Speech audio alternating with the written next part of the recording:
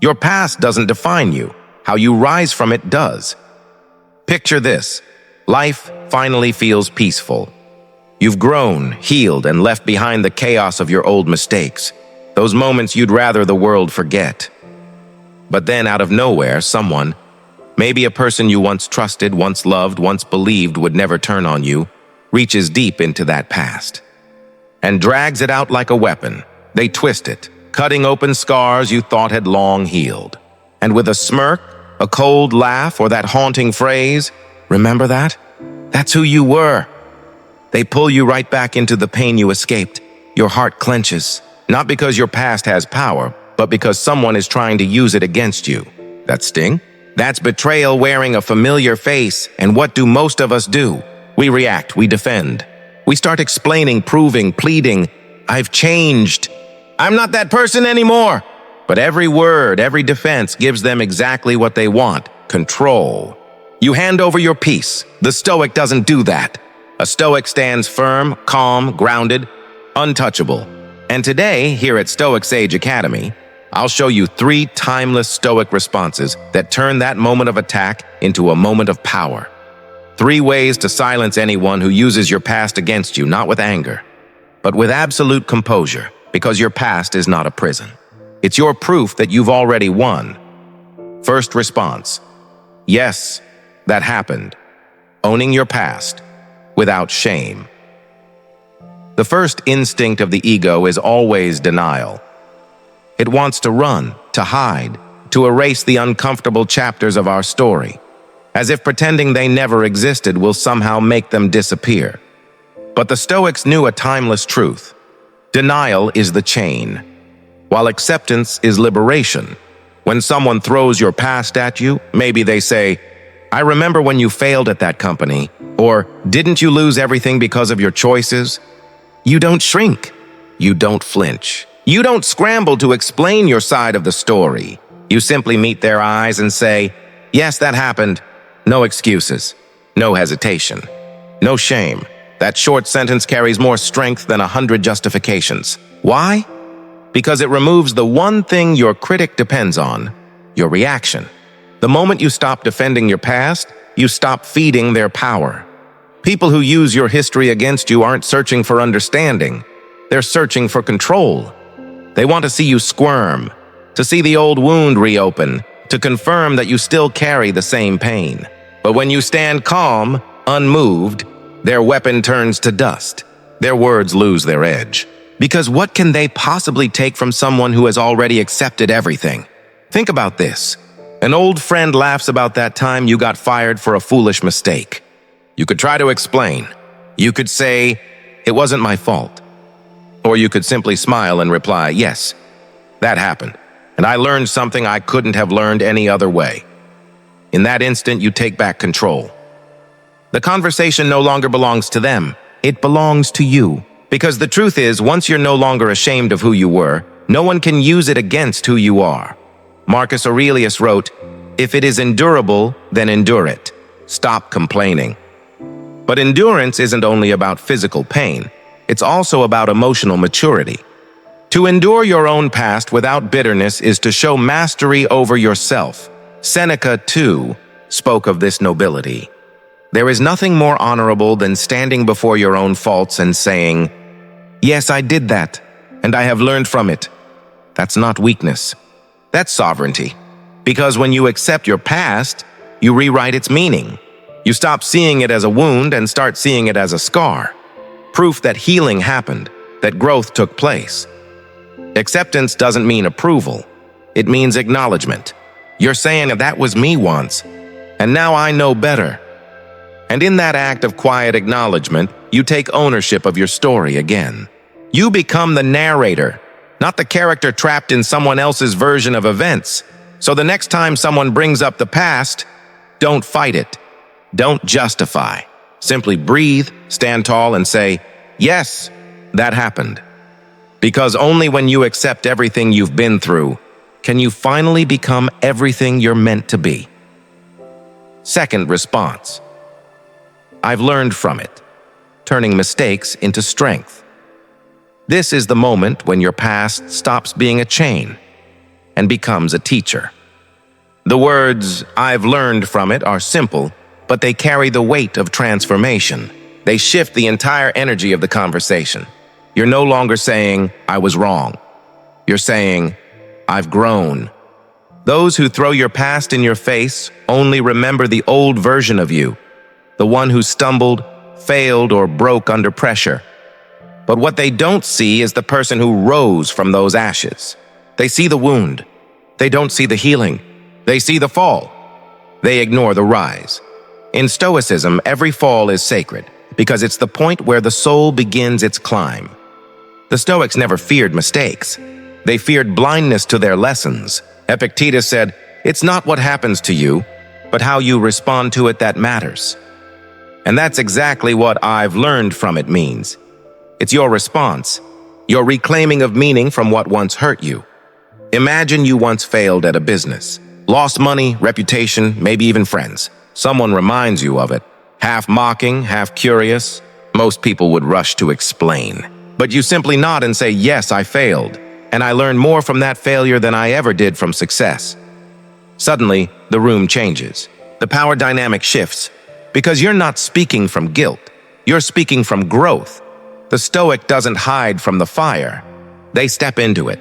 Like a sword forged in flame, each mistake shapes your edge, tempers your spirit, and prepares you for a higher form of living. The cracks in your life, the betrayals, the losses, the regrets, are not marks of weakness. They're the places where wisdom entered. They're where light seeped through the armor of pride and began to remake you from within. Think of Nelson Mandela, 27 years in a prison cell. He had every reason to hate, every reason to call himself a victim of injustice. But what did he say when he walked free? "I do not hate them. I learned that true freedom begins within." That's not just forgiveness, that's Stoic mastery. Because when you've learned from pain, you transcend it. So when someone says, "You failed in your marriage," how can you speak about love? You don't shrink. You don't argue. You smile and say, "Because I've been broken, I understand what love isn't. And that's why I now know what it truly is." That's not defense. That's wisdom. You're not explaining who you were. You're revealing who you've become. You're turning the very evidence of your imperfection into proof of your evolution. Marcus Aurelius wrote, "Every obstacle is an opportunity to practice virtue." He didn't say to escape the obstacle, but to use it as fuel. And that's what "I've learned from it" truly means. It's taking the ashes of what was and building a fire of understanding. It's transforming pain into clarity, failure into insight, and shame into depth. When others try to stain you with your past, you don't resist. You let their words roll off you, because they're pointing to a version of you that no longer exists. The Stoic doesn't destroy the past. They refine it. They turn every scar into a symbol, a mark of spiritual endurance, a quiet testament that says, "I have fallen, I have learned, and I have risen." That's the art of transformation. That's how the past loses its power.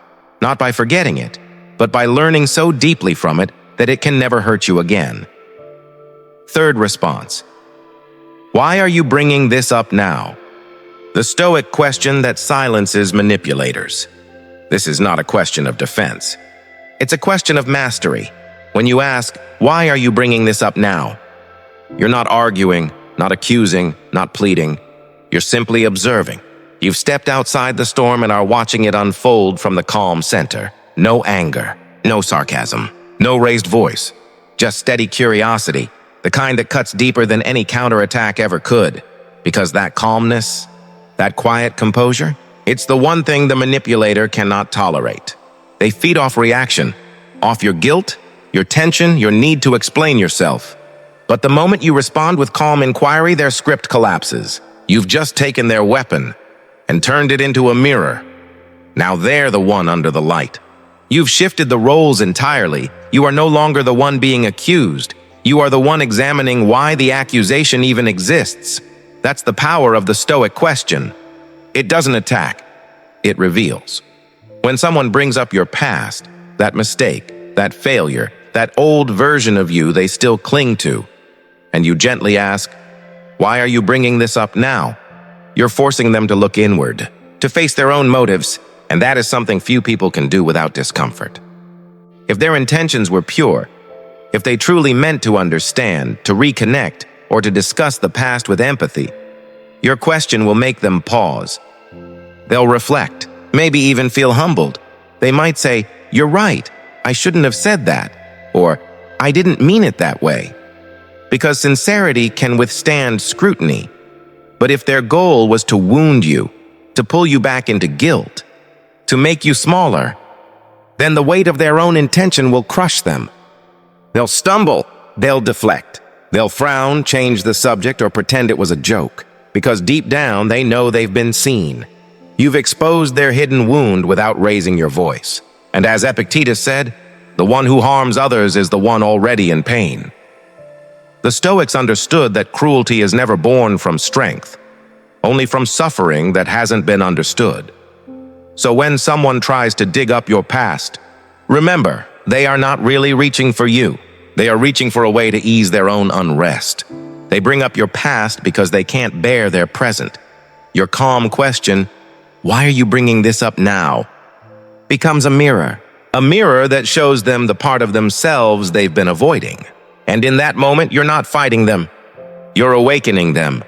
You've taken back all the power they tried to steal. Without a shout, without a speech, without losing your center, your tone stays steady. Your eyes stay kind.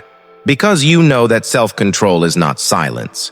It's strength in perfect balance. And when you hold that composure, you become untouchable. Their words lose weight.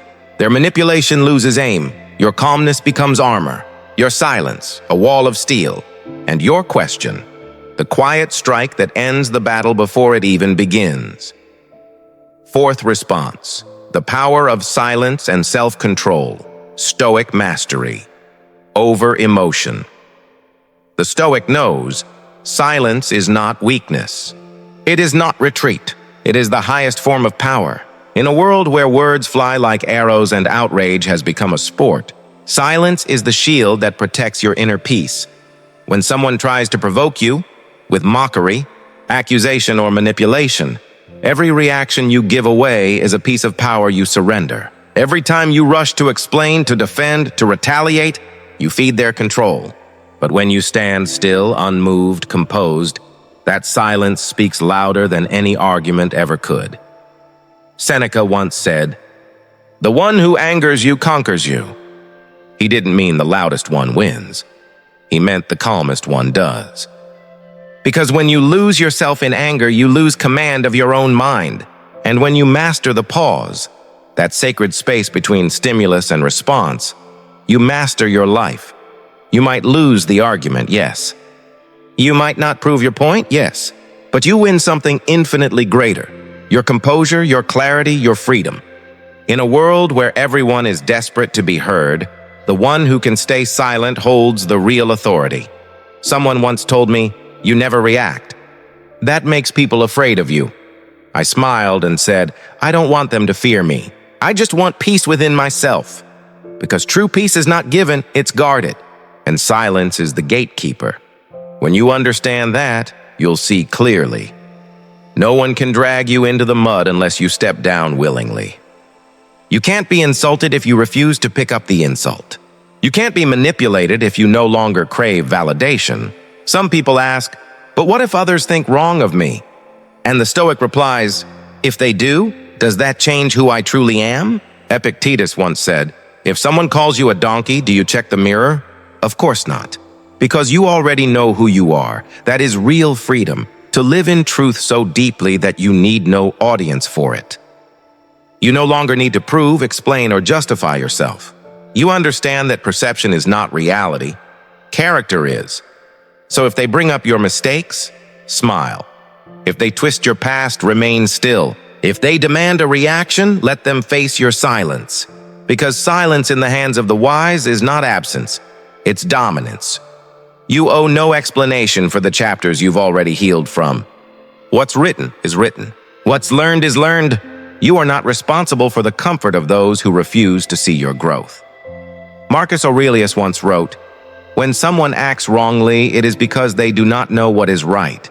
Teach them through your behavior, not your words." That's the essence of Stoic leadership. To lead by example, not by reaction. Sometimes the most powerful reply is the calmness that confuses their chaos. When they try to define you by your past, use your present as a mirror.